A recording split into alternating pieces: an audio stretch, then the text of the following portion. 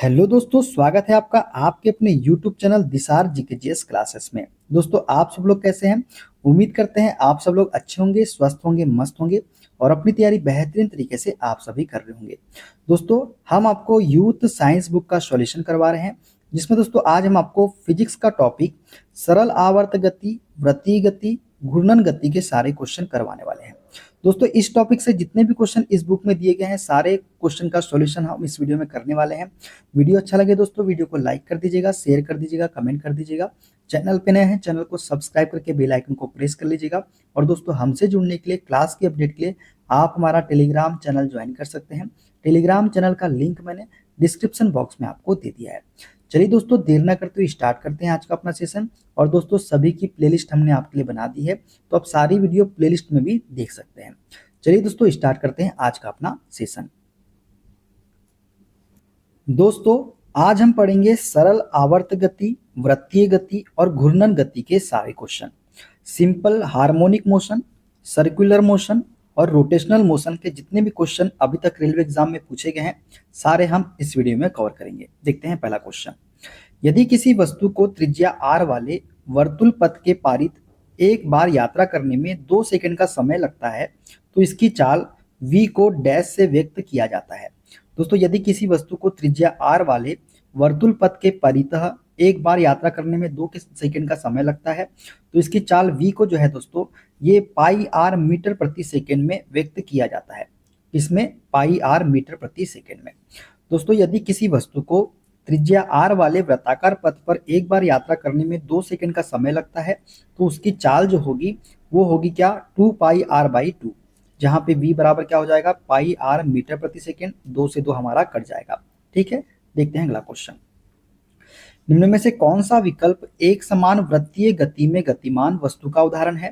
दोस्तों, एक समान वृत्तीय गति में गतिमान वस्तु का उदाहरण है पृथ्वी के चारों ओर वृत्ताकार कक्षा में एक उपग्रह।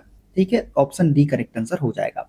दोस्तों, जब कोई वस्तु किसी वृत्ताकार मार्ग पर एक समान चाल से गति करती है, तो उसे एक समान वृत्तीय गति कहते हैं। जैसे पृथ्वी के चारों ओर वृत्ताकार कक्षा में एक उपग्रह का घूमना, ग्रहों का सूर्य के चारों ओर चक्कर लगाना, पंखे के ब्लेड की गति, पवन के चक्की के प्रोपेलर की गति, ये सभी जो है एक समान वृत्तीय गति के उदाहरण हैं। देखते हैं अगला क्वेश्चन।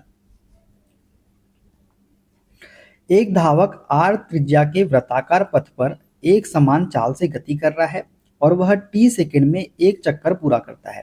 धावक की चाल कितनी होगी? तो दोस्तों, चाल जो हो जाएगी ये हो जाएगी 2 पाई r by T, option number D वाला। दोस्तों, धावक r त्रिज्या के वृत्ताकार पथ पर एक समान चाल से गति कर रहा है, तो वह और t सेकंड में एक चक्कर पूरा करता है। तो धावक की चाल क्या होती है, दूरी बटे समय। तो दूरी क्या हो जाएगी, 2 पाई r डिवाइडेड बाई समय के। ठीक है, देखते हैं अगला क्वेश्चन। एक तेज रफ्तार वाहन डैश के कारण सड़क के मोड़ पर फिसल सकता है।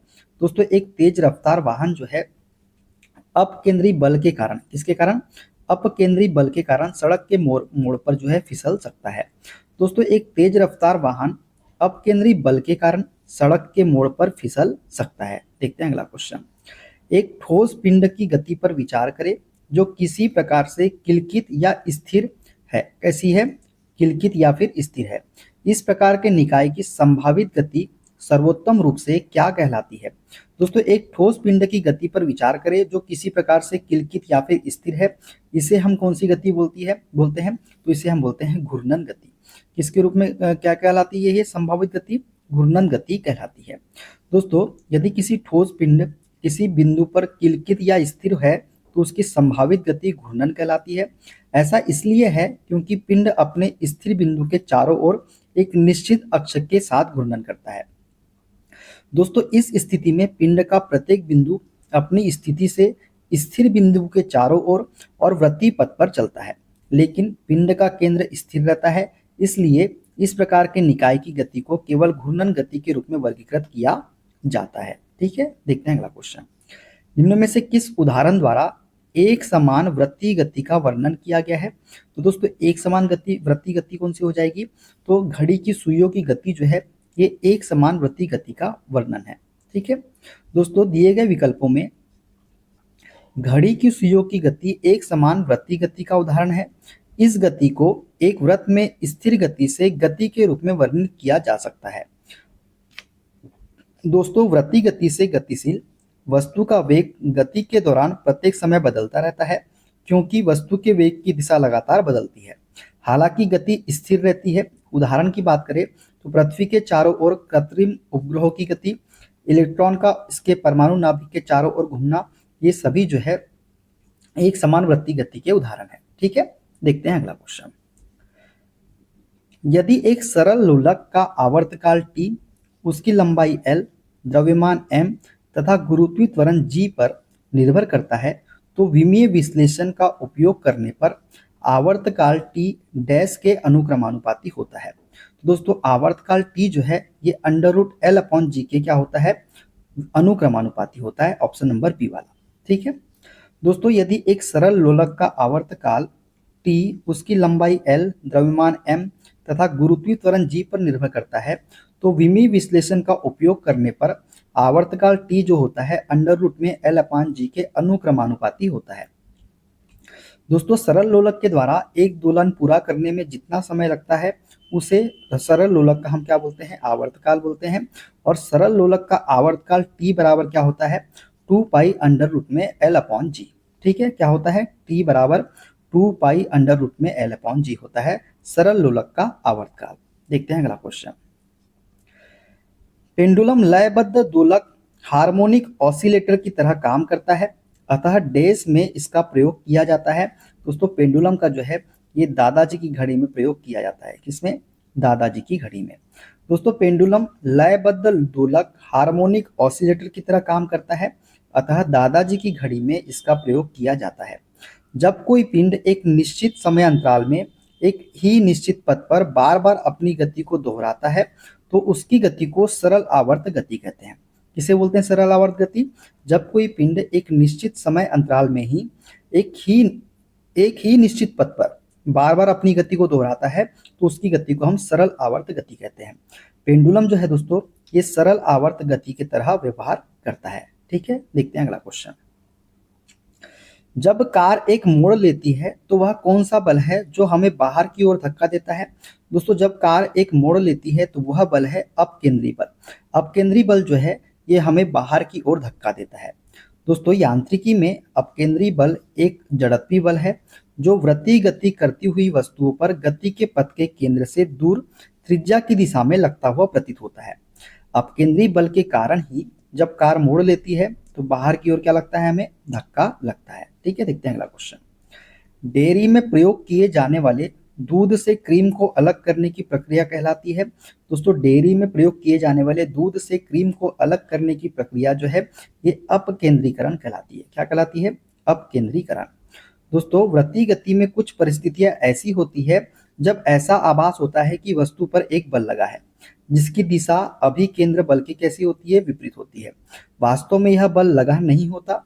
इस प्रकार के आभासी बल को हम बोलते हैं अपकेंद्रीय बल।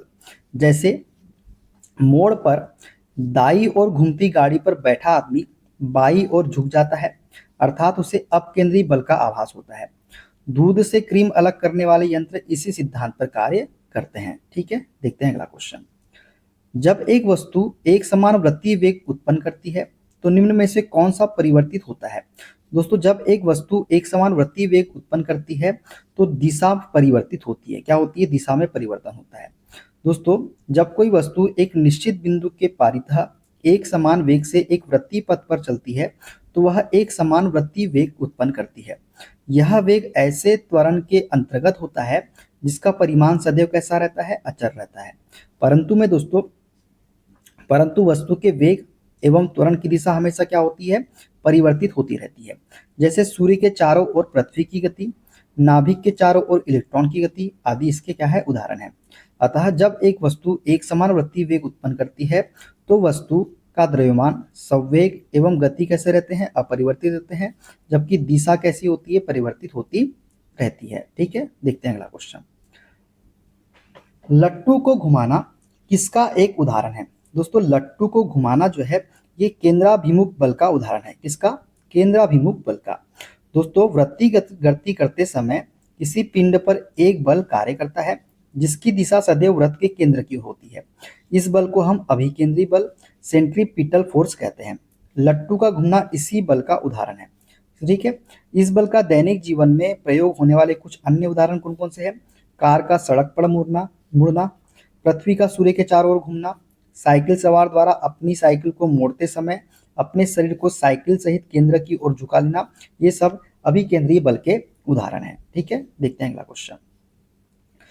एक बहुत पुराने मॉडल की पेंडुलम घड़ी की कार्य पद्धति पूरी तरह से डैश थी। दोस्तों, एक बहुत पुराने मॉडल की पेंडुलम घड़ी की कार्य पद्धति पूरी तरह से जो थी ये मैकेनिकल थी। कैसी थी? मैकेनिकल थी।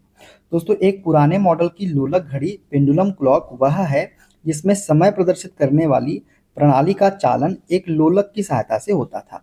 यह पूरी तरह से मैकेनिकल थी और इसका आविष्कार जो है दोस्तों 1656 में क्रिश्चियन हाइगेंस ने किया था। किसने किया था? क्रिश्चियन हाइगेंस ने। देखते हैं अगला क्वेश्चन।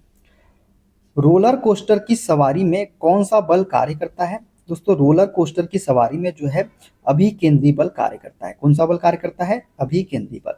दोस्तों, रोलर कोस्टर की सवारी में अभिकेंद्री बल कार्य करता है। प्रति पथ पर किसी पिंड के ताक्षणिक वेग के लंबवत दिशा में गतिपथ के केंद्र की ओर लगने वाला बल ही क्या कहलाता है? अभिकेंद्री बल कहलाता है। अभिकेंद्री बल के कारण पिंड वक्र पथ पर गति करता है। कौन से पथ पर? वक्र के पथ पर। ठीक है, देखते हैं अगला क्वेश्चन। यदि कोई पिंड रूपांतरित गति में एक वक्र पथ पर गति करता है तो इस गति को डैश कहेंगे, तो इसे हम बोलते हैं वक्र रेखी गति। क्या बोलेंगे इसे हम? वक्र रेखी गति बोलेंगे। दोस्तों, घुमावदार मार्ग में गति करने वाली वस्तु की गति को वक्र रेखी गति कहा जाता है। यदि कोई पिंड रूपांतरित गति में एक वक्र पथ पर गति करता है तो इस गति को वक्र रेखी गति कहा जाता है। इसी प्रकार जब एक पत्थर को एक कोन से हवा में फेंका जाता है तो ये वक्र रेखी गति करता है। कौन सा? जब पत्थर को हम एक कोन से हवा में फेंकते हैं तब। ठीक है, देखते हैं अगला क्वेश्चन। जब कोई वस्तु एक समान वृत्तीय गति से घूर्णन करती है तो प्रत्येक बिंदु पर इसका डैश बदल जाता है। दोस्तों, जब कोई वस्तु एक समान वृत्तीय गति से घूर्णन करती है तो प्रत्येक बिंदु पर इसका जो है वेग बदल जाता है। क्या बदल जाता है? वेग बदल जाता है। दोस्तों, जब कोई वस्तु एक वृत्तीय पथ पर घूर्णन करती है तो प्रत्येक बिंदु पर इसका वेग बदल जाता है क्योंकि वेग की दिशा बदलती रहती है। वृत्त के किसी बिंदु पर खींची गई स्पर्श रेखा की दिशा ही उस बिंदु पर वस्तु के वेग की दिशा होती है। किसी निश्चित दिशा में एकांक समय में वस्तु द्वारा तय किए गए विस्थापन को क्या बोलते हैं? हम वस्तु का वेग कहते हैं। ठीक है, देखते हैं अगला क्वेश्चन। यदि एक साधारण लोलक पेंडुलम की लंबाई बढ़ा दी जाए तो इसका आवर्तकाल क्या हो जाएगा? दोस्तों, आवर्तकाल भी बढ़ जाएगा। यदि हम पेंडुलम की लंबाई को बढ़ाते हैं तो इसका आवर्तकाल क्या होता है? बढ़ जाता है। दोस्तों, आवर्तकाल t बराबर क्या होता है? 2 पाई अंडर रूट में L बाई जी। L क्या है? हमारी लोलक की लंबाई है। G क्या है? गुरुत्वीय त्वरण है। जब साधारण लोलक की लंबाई बढ़ा जाती है तो उसका आवर्तकाल भी क्या हो जाता है? बढ़ जाता है। ठीक है, देखते हैं अगला क्वेश्चन। दोलक ऑसिलेटर के लिए निम्न में से कौन सा सही नहीं है? दोस्तों, दोलक के लिए जो सही नहीं है वो है ऑप्शन नंबर सी, संकेत अर्ध स्क्वायर वेव हो सकते हैं, यही जो है सही नहीं है। संकेत साइन वेव हो सकते हैं, ये सत्य है दोस्तों। संकेत स्क्वायर वेव हो सकते हैं, ये भी सत्य है। और रेडियो ट्रांसमीटर द्वारा प्रसारित सिग्नल दोलक सिग्नल का उदाहरण है, तो ये भी हमारा सत्य है दोस्तों। ठीक है, तो सी वाला ही जो होगा वो हमारा क्या है? असत्य है।